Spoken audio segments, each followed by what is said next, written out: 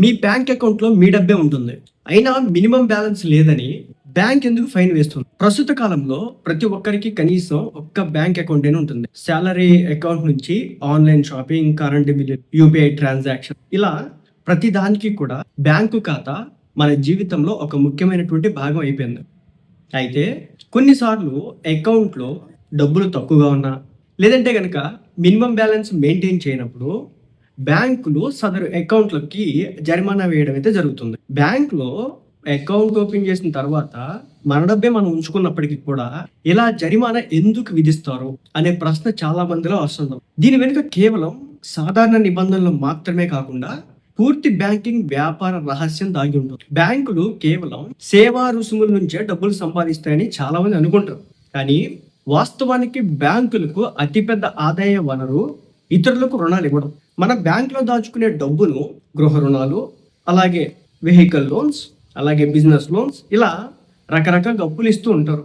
ఆ లోన్స్ పై వచ్చే అధిక వడ్డీ రేటే బ్యాంకులకు అసలైన ఆదాయంగా మనం మారుతుందని చెప్పొచ్చు. అయితే ఇతరులకు రుణాలు ఇవ్వాలంటే బ్యాంకులకు ఎప్పుడు కూడా పెద్ద మొత్తంలో డిపాజిట్లు అవసరం. ఖాతాదారులు తమ ఖాతాలో కనీస నిల్వను సరిగ్గా నిర్వహించినప్పుడు మాత్రమే రుణాలు ఇవ్వడానికి బ్యాంకులకు తగినంత నిధులు లభిస్తాయి. ఒకవేళ అందరూ తక్కువ నిల్వను ఉంచుకుంటే బ్యాంకులో రుణ సామర్థ్యాన్ని తగ్గి వాటి వ్యాపారం పూర్తిగా దెబ్బతింటుంది. అంటే మన అకౌంట్ లో మనం డబ్బులు ఉంచకపోతే బ్యాంకుల యొక్క సామర్థ్యం దెబ్బతింటుంది.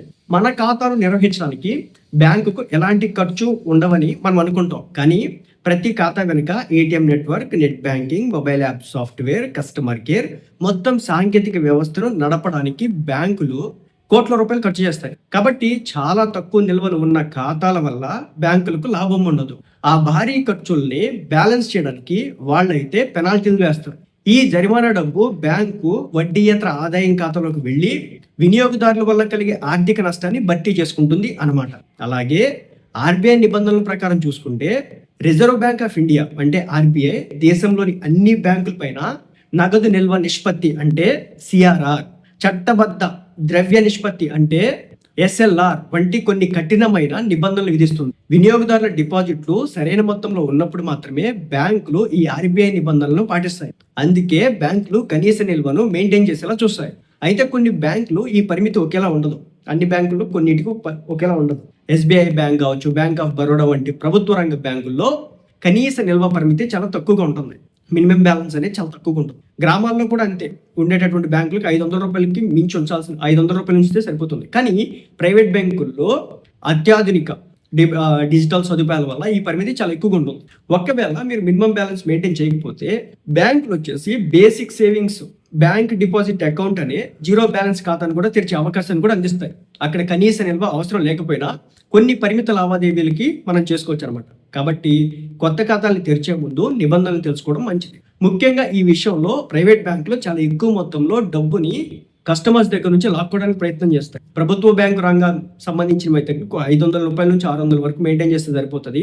కానీ ప్రైవేట్ బ్యాంకులు మాత్రం 5,000, 6,000, 10,000 లిమిట్లు అయితే పెట్టడం అయితే జరుగుతుంది. కాబట్టి తప్పనిసరిగా గుర్తుపెట్టుకోండి, ప్రైవేట్ రంగ బ్యాంకుల్లో అకౌంట్ ఓపెన్ చేసుకున్నట్లయితే కనుక దానిని వాడకపోతే కనుక వీలైనంత వరకు క్లోజ్ చేసే ప్రయత్నం చేయండి. లేకపోతే కనుక మినిమం బ్యాలెన్స్ లేనందున వాటికి వడ్డీ రేట్ల మీద వడ్డీ రేట్లు వేసి పూర్తి స్థాయిలో దాన్ని వేల నుంచి కొన్ని సందర్భాల్లో లక్షలకు కూడా తీసుకుపోతూ ఉంటారు. కాబట్టి ఆ విషయంలో కొంచెం జాగ్రత్తగా అయితే ఉండండి.